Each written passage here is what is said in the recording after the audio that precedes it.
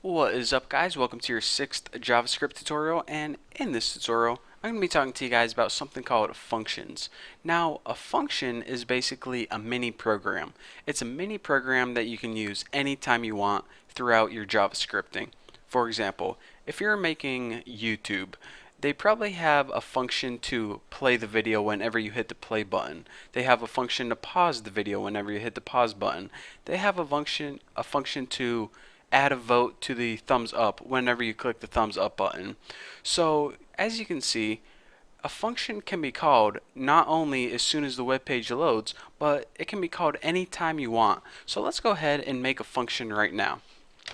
In order to make a function, you first type the name, well, let's give us some space. Type the name function. This tells JavaScript, alright, we're about to make a function.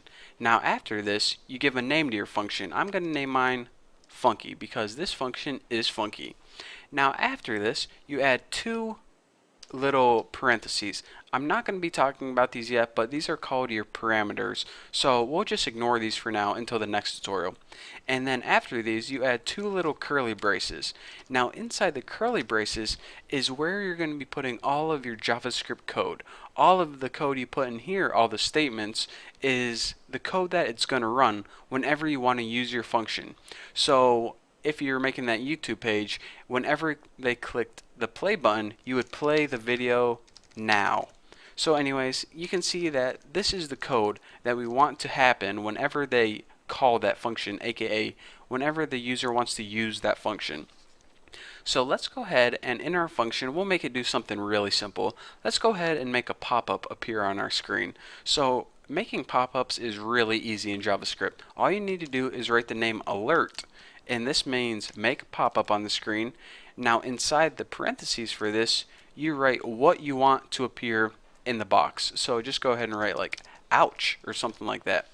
Now whenever this function is used, a pop-up is going to appear on our screen and it's going to say ouch.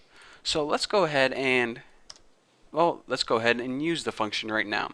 So in order to use a function, you go ahead and write the name of your function, funky, and then you go ahead and write those parentheses, which we don't know what they do yet, but we'll be learning that in the next tutorial. And then since this is a statement, we go ahead and end it with a semicolon. So anyways, our JavaScript is going to say, alright, we have a function right here, prepare to use it whenever we call it. So right here is when we call it. And by the way, like I said, anytime I say call a function, I mean use a function. Calling a function is just a technical term. So use my function. So it's going to say, alright, call funky now. So a pop-up is going to appear. So let's go ahead and save this and see this baby in action.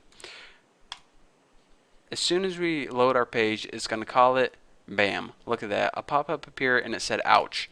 So let's go ahead and maybe it will be easier to see if I actually add a button on the screen so you guys can see functions don't need to happen as soon as you load your page, but whenever you need to call them. So let's go ahead, instead of just calling it right away, like right then, let's go ahead and add a form on our page, because if we add a form, we can go ahead and add buttons. So actually we need to do that outside the JavaScript. Since it isn't actually part of JavaScript, it's actually part of XHTML. So go ahead and add a form and your form right here. And inside your form, you're only going to have one element, the input. And by the way, if you have no idea what I'm doing right now, go ahead and watch my XHTML tutorials. I talk all about forms and stuff like that. So the input, the type of this is button. It's just going to appear as a button on your screen. The value is what you want to say on the button, and we'll just write touch me. And there is another parameter that you can add to your buttons, and that's on click. And inside, or the value for on click, you go ahead and you write the name of your JavaScript function. And I'm just going to go ahead and write funky because that's the name of the function. So anyways, check this out. If we go ahead and save this and launch it in Chrome, we go ahead and we have a button on the screen that says touch me. That's by default what's loaded on our web page. But you can see we added an attribute to this function, or excuse me, this button called onClick funky. That means whenever we click this button, we want you to use a JavaScript function called funky. So whenever we click this button, an alert box is going to pop up that says ouch. So let's go ahead and click this button, and we see the alert box pops up and it says ouch. Press OK, and that's it. So that is the beauty of, not only how to make buttons, but also how you can call a section of JavaScript by using something called functions. So anyways, by default, your web page loaded, and it loaded this form with a button on it. By default, it did nothing, but whenever we clicked it, it said, alright, whenever you click me, I'm going to call this function called funky.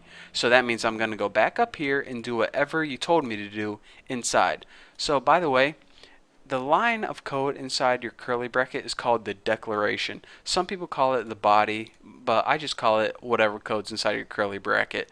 And that is the basics of how to create a function. Just go ahead and write the name function, the name, parentheses, curly brackets, and write your rules inside your function, and also how to call a function whenever you want using a button, or you can just call it automatically by writing the name of the function.